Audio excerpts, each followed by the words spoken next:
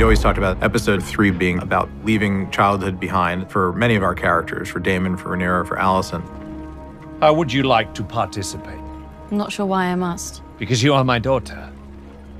And you have duties. As I am ceaselessly reminded.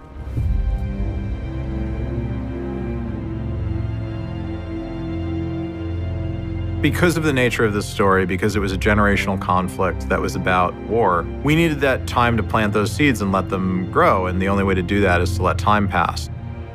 We meet Viserys, he's got a son, Alicent is pregnant, the war in the Stepstones is not going well. We understand that 2 or 3 years worth of material has happened in those couple of opening scenes.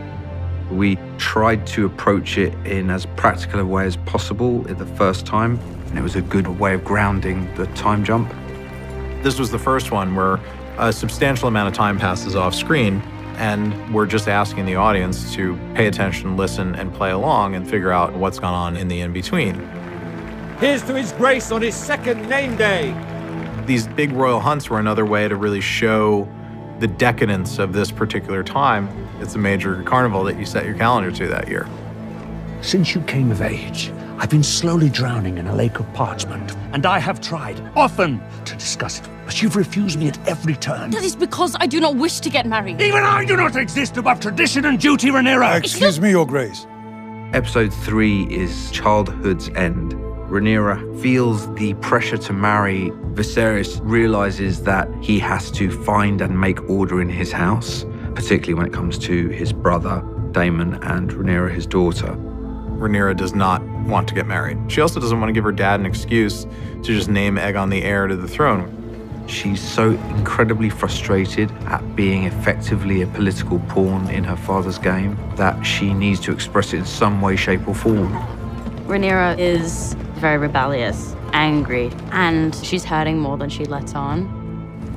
Rhaenyra has got to her wit's end and decides to take it in her own hands and run off. And obviously Sir Criston, as her sworn protector, has to go wherever she goes. Criston Cole, who we set up a little bit in episode 2, but now we understand that in 3 years of being her sworn protector, Cole and she have developed a close relationship.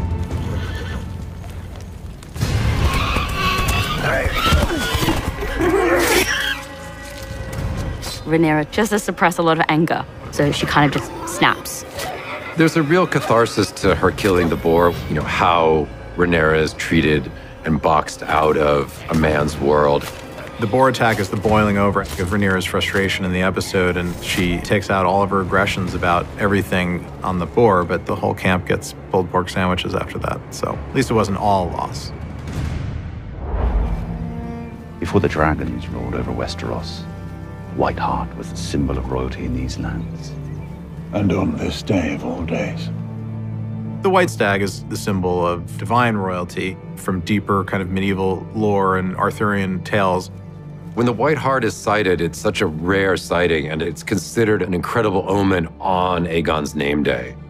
It sets off a doubt in Viserys' mind that has been apparent for quite some time, which is, did I do the right thing in naming Rhaenyra heir? And that's really what plagues him throughout the episode. We know that Viserys is kind of prone to mythology and signs and dreams and symbolism, and to have that symbol put in front of him on this day where he's really secretly wondering whether he's made a wrong decision and then be forced to reckon with it on a dramatic level was a really interesting thing for us. So then when it turns out that it's not a white stag, but it's a brown one, his relief is palpable, but also in a funny way, there's disappointment that sometimes these things aren't meant to be. Yeah! We are faltering, and the Triarchy knows it. If King's Landing will not support Daemon, why should any of us? Blood or no, Vaemond, I will not have you stoke mutiny. It's 3 years later, and we see that this war is not going well. The men are fatigued, people are leaving, Daemon's leadership is causing a lot of dissension. When we meet them in episode 3, the war is not going according to plan, and we not seem to be getting anywhere. Daemon reaches a point where he cannot afford to fail anymore, and now he has to prove himself.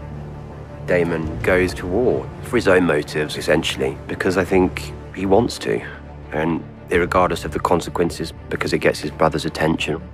We wanted to show Daemon's fighting style and his dynamism and his ability to move and think on the run. He fights in a sort of Daemon-esque spirit, which is, so I don't care if I die, really. But we also wanted to be messy and have Daemon fail and mess up.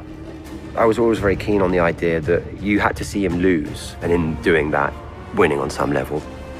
Really, all of it is a suicide run. And it's kind of astonishing because at every point Daemon should die. It was really meant to be an anvil where Daemon's character could be forged, and he could go into the battle and come out as a formidable force that had proven himself worthy of some reputation in Westeros. There's no way that story would not have ended with his death if not for the arrival of the cavalry. And that's the thing I like about it, is that he came there to die, and he really meets death in the face and is reborn. I think Matt did great. He was definitely in the war zones when he was doing this sequence. Daemon emerging out of the cave with Crabfeeder's torso is the Daemon that launches off for the rest of the season.